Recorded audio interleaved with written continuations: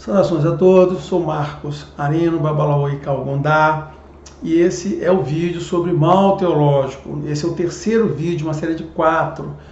Já teve o primeiro, o segundo. Se você não viu, assista os outros dois, são importantes. Os vídeos não estão tão longos assim, mas você tem que entender, porque tem um caminhamento aí para poder pegar o assunto, tá certo? Então, se quiser continuar a assistir, siga em frente. E ainda tem mais o quarto vídeo, não deixe de ver o quarto também, tá? Abraço.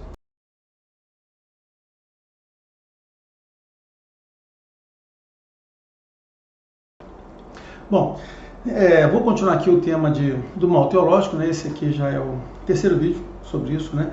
E nesse vídeo é a continuação do anterior, que eu comecei no finalzinho a falar sobre Ireté, né? Que é o Odu, onde eu disse que o mal teológico se manifesta. Por quê? Porque em Ireté em que existe a força de Adé e dos Adiogum, tá? Bom, eu vou ir com calma nesse tema, que eu dei uma avançada, né? Fiquei entusiasmado lá com o assunto, e acabei falando um monte de coisa que pode ter ficado confuso. Então, voltando ao ponto, estamos falando do mal teológico e por que se manifesta. O que eu falei? Só lembrando que Ifá, voltando um pouquinho, né? Que existe um modelo de nascimento, julgamento e tudo mais, que temos o suporte de Deus para isso, temos o Orixá, temos Egungun, temos Orô, temos Ifá, que vão nos suportar nessa vida, para fazermos o melhor comportamento, tá certo? Existe dentro de Ifá, que é um conjunto filosófico, né, teológico da religião, filosofia, né, que diz como devemos nos comportar para sermos boas pessoas, tá certo? E por que isso? Porque, vocês vão entender quando eu falar de Otuá. Como nos comportarmos bem, a gente vai ser beneficiado com esse comportamento, tá certo, né? Isso, aí eu falei da questão do Zegungun, né? Que a gente vai ser louvado pelos filhos, serão louvados em merecimento, e quando a gente volta e tem merecimento, isso vai estar em Otuá, vou falar daqui a pouco, tá?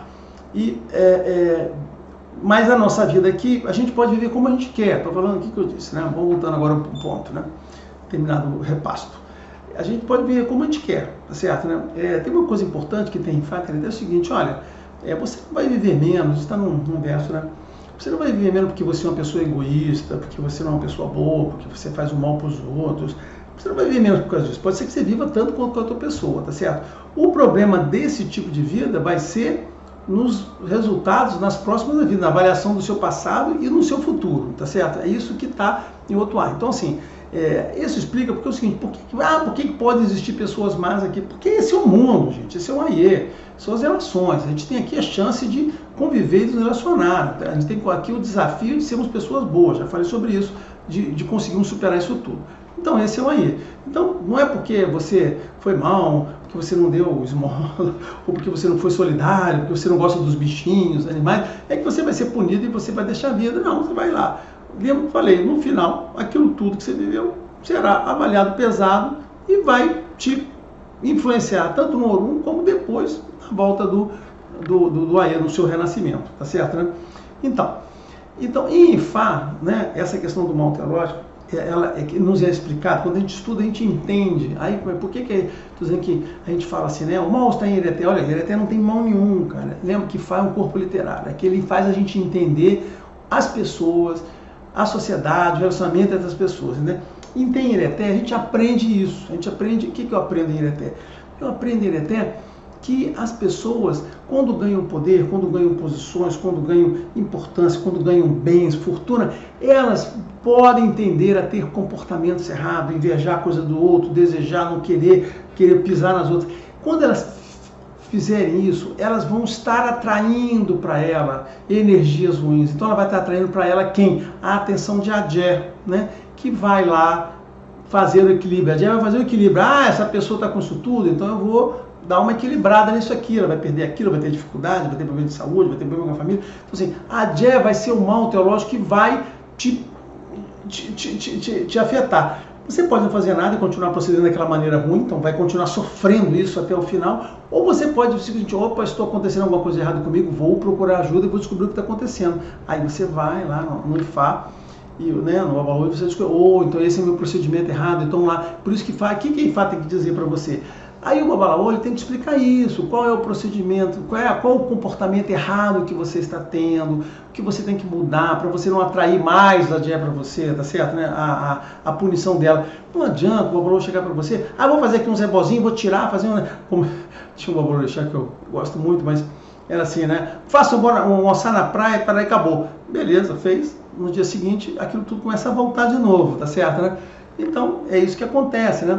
Porque você tem que ir na causa. No erro dos comportamentos da pessoa, você não vai mudar. Se você não mudar a forma como as pessoas procedem, como é que elas veem o mundo, como é que elas veem elas mesmas, né? A família e os outros seres, né? Os outros viventes, a parte da sociedade, ela vai continuar atraindo essa coisa ruim. E ele até não mostra isso. Quando a gente estuda, ele até entende isso.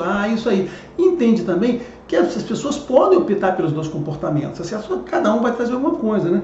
E o que eu estava falando, aquela coisa importante, né? Que ele até tem outras mensagens. Aqui é uma das mensagens, uma das coisas que ele até explica. Ele até explica mais coisas, tá certo, né?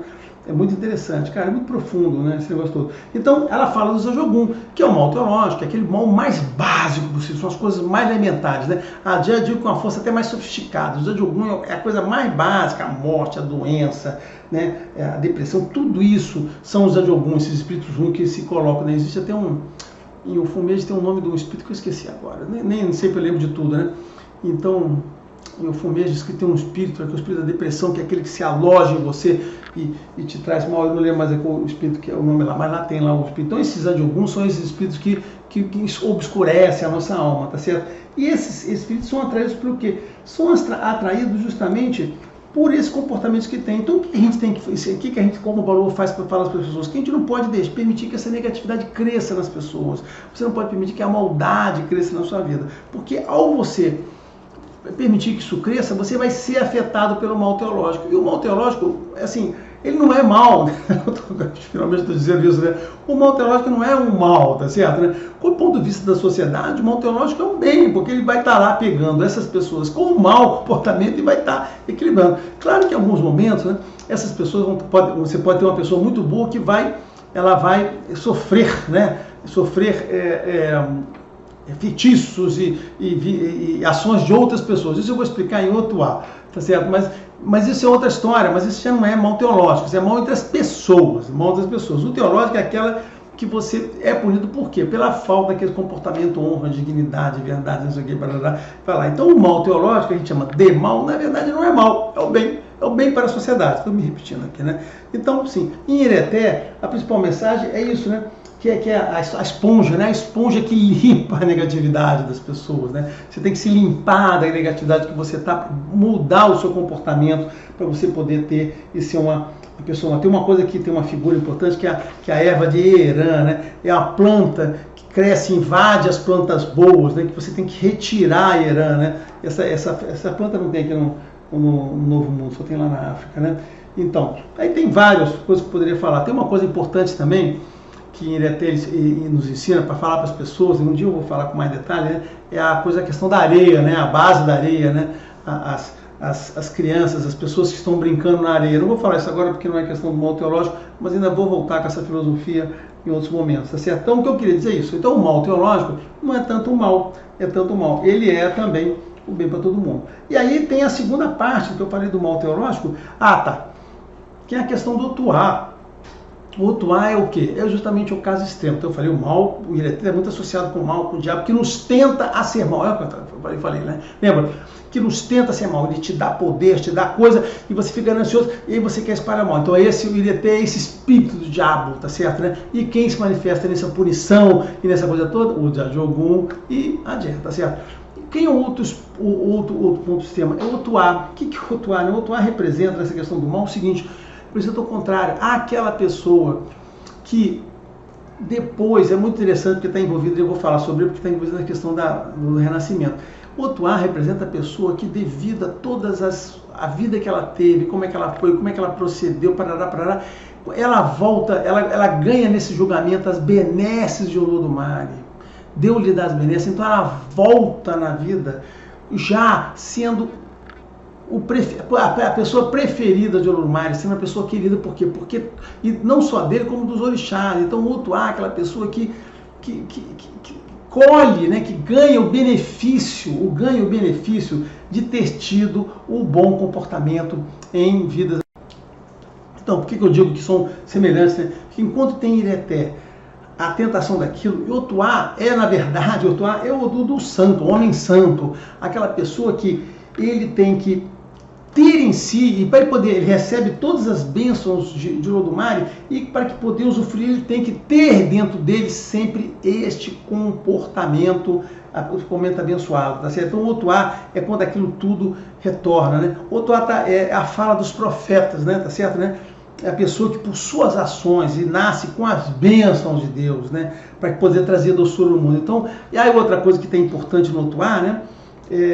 Que é o seguinte, o Otuá é a doçura, né? Porque o Otuá é a pessoa que, quando atacada pelos inimigos, jamais se vinga, ele jamais retorna. É outro ensinamento. O Otuá diz assim: a pessoa que é atacada pelo mal, ele jamais devolve o mal. Não existe vingança em Otuá, tá certo? Porque se você se vingar, você vai estar devolvendo para aquele negócio o mal da mesma forma como você recebeu. E o Otuá, a pessoa não faz isso. É a doçura da pessoa, né? Aquela pessoa que convive com tudo, com aquele todo mal da forma, e através do entendimento, né, uma pessoa que é protegida, então aquela coisa não vai afetá-la de forma significativa, e através daquele entendimento, aquela pessoa vai pegar aqueles inimigos todos e vai apaziguar, né, a pessoa que convive com o mundo, com todas as diferenças que ele tem. É isso que essa é a mensagem que nos traz no Otuá, né? Para sermos isso, para sermos os santos, porque esse tipo de comportamento é aquele que nos vai beneficiar, tá certo? Né? Então,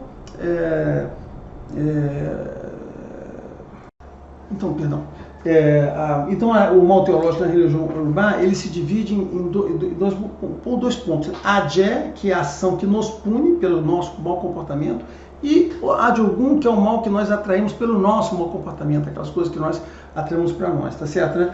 E o que eu falei, que a diversidade e a criatividade são guias e professores para a gente se comportar e mudar, tá certo, né? Então, isto é a questão. Eu não é tão relacionado, mas eu queria falar aqui, vou ser rapidamente, né? Que eu ainda faço outro vídeo, que eu queria falar sobre o Igum, né? O Igum Abutre, a ave sagrada. O Igum, eu já contei essa história aí, vou repetir. O mundo estava seco, estava morrendo, estava todo mundo passando fome. Aí as pessoas, alguém precisava levar um ebó para o Olodumare lembrar do Aê, que o Olodumare tinha esquecido do Aê, as coisas estavam perecendo aqui. Aí na cidade de Fé as pessoas reuniram, várias aves tentaram, não conseguiram, né? Aí o Igum, não, eu vou lá, se ofereceu, um ave muito forte. Então o Igum pegou aquele ebó, voou. Ele conseguiu chegar no Orum depois de, sei lá, 18 meses, né? Levou um tempo lá, segundo eles, né? E nisso se desgastou, né? Tanto que ele ficou careca por conta disso, sabe? Ficou cabeça branca, mas conseguiu entregar o ebó para o Olodumare e depois voltou com a chuva, voltou tudo mais. Só que quando ele voltou, as pessoas já tinham esquecido dele, ninguém lembrava dele, trataram mal, a família dele morreu, e tudo aquilo que tinha combinado não foram cumpridos, né? Então ele se decepcionou muito, né, com aquilo tudo.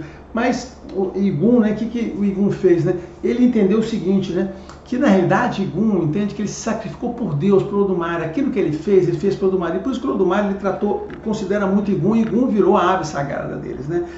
E a ave sagrada, inclusive Igum, uma ave sagrada para Adjé. Olha só, né, um mal teológico ligado com Igum. Por quê? Porque o Igum se sacrificou não pelas pessoas, por Olodumare. Então não importa que aquelas pessoas tenham tratado mal. Ele fez aquilo pelo Olodumare. Esse é um exemplo importante que a gente tem da vida com o Monte Teológico. Queria falar sobre isso aqui, tá certo, né? Beleza?